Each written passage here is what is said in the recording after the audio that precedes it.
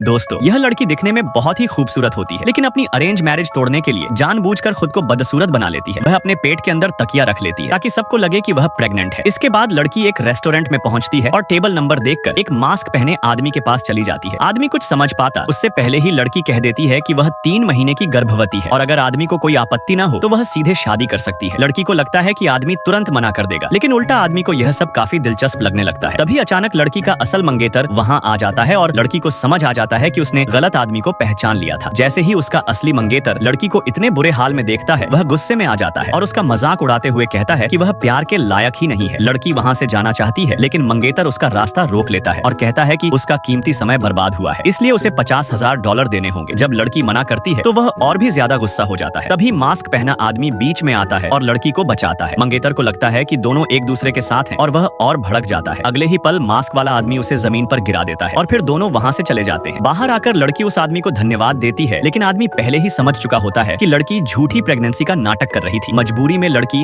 अपने पेट से तकिया निकाल लेती है। उसी समय आदमी के घर से फोन आता है, जहाँ से उस पर शादी का दबाव बनाया जा रहा होता है। लड़की को देखकर आदमी अचानक उसे शादी का प्रस्ताव दे देता है और लड़की भी अपनी परेशानी से बचने के लिए हाँ कह देती है। दोनों कोर्ट मैरिज कर लेते हैं। इसके बाद आदमी लड़की को $1 मिलियन का बैंक कार्ड देता है, लेकिन लड़की पैसे लेने से मना कर देती है और सिर्फ उसका कॉन्टैक्ट नंबर लेकर चली जाती है। लड़की को यह नहीं पता होता कि वह आदमी सबसे अमीर परिवार का वारिस है। वह अपना बदसूरत भेष हटा देती है क्योंकि वह अमीर कंपनी में नौकरी के इंटरव्यू के लिए जा रही होती है। अचानक लड़की का संतुलन बिगड़ जाता है और वह गिरने ही वाली होती है कि तभी एक आदमी उसे पकड़ लेता है। जब दोनों एक दूसरे को देखते हैं तो हैरान रह जाते हैं, क्योंकि मास्क और भेष दोनों हट चुके होते हैं, लेकिन फिर भी वे एक दूसरे को पहचान नहीं पाते। आगे क्या होगा, सच कब सामने आएगा? Subscribe for part 2।